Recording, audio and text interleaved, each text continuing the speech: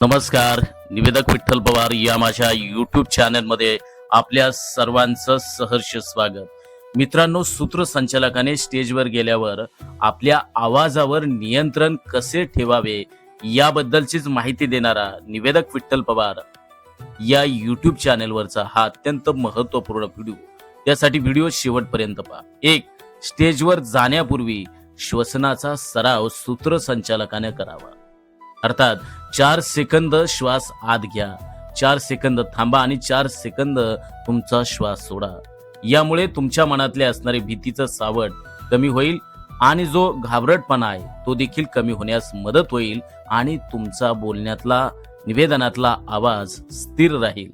अर्थात डायफ्रॅम मधून बोलण्याची सवय लावा, म्हणजे छातीऐवजी पोटातून श्वास घ्या. 2. पहिली ओळ हळू आणि स्पष्टपणे निवेदकानं बोलणं गरजेचं आहे. स्टेजवर गेल्यावर सूत्रसंचालकानं बोलण्याची घाई अजिबात करू नये. पहिली ओळ थोड्या कमी आवाजात आणि स्पष्ट उच्चारात बोला. सुरुवातीचा टोनच संपूर्ण कार्यक्रमाचा मूड ठरवण्याचं काम करत असतो. 3. माईकची योग्य तपासणी करा. माईक आपल्या तोंडापासून 4 ते 6 इंच अंतरावर ठेवा. खूप मोठ्यानं बोलू नका. माईक तुमचा आवाज वाढवतो. अर्थात हॅलो टेस्टिंग मोठ्यानं न बोलता शांतपणे तपासा. 4. आवाजात चढ उतार अर्थात व्हॉइस मॉड्युलेशन ठेवा. सतत एकाच टोन मध्ये सूत्रसंचालकानं बोलू नये.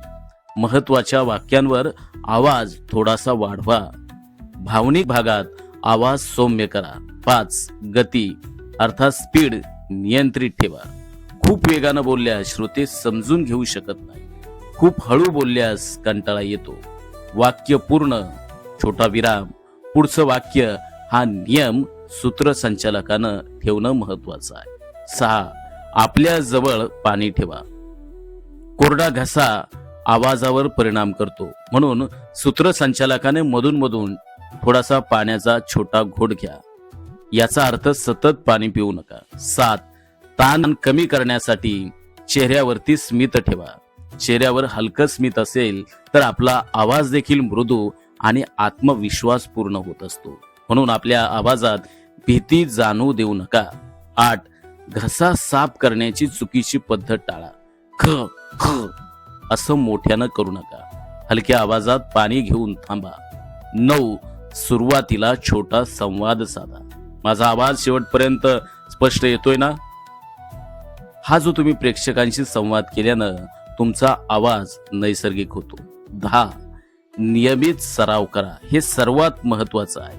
रोज 10 मिनिटं सूत्रसंचालकानं प्रगट वाचन करणं महत्वाचं आहे. म्हणजेच काय तर त्यानं मोठ्यानं वाचनाचा सराव दररोज करणं नित्यनेमानं महत्वाचं आहे. तुमचा आवाज तुमच्या मोबाईलमध्ये रेकॉर्ड करा आणि तो पुन्हा पुन्हा ऐका. त्यातल्या दुरुस्त्या तुम्ही समजावून घ्या. कोणत्या शब्दांवरती ट्रेस देणं, कोणत्या शब्दावरती स्वराघात देणं, आवाजात चढ उतार करणं, हे मोबाईलवर रेकॉर्ड केल्यानं आपल्या लक्षात येईल. चुका स्वतः ओळखा आणि तो सुधारण्याचा प्रयत्न तुम्ही करणं गरजेचं आहे.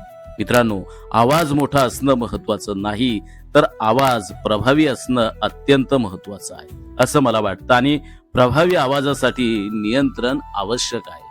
तुम्ही देखील तुमच्या आवाजावरती अशा पद्धतीनं नियंत्रण ठेवा. कशा वाटल्या टिप्स कमेंट्स मध्ये नक्की लिहा. आणि निवेदक विठ्ठल पवार या यूट्यूब चॅनलवर तुम्ही नवीन असाल तर माझ्या यूट्यूब चॅनलला आत्ताच सबस्क्राईब करा.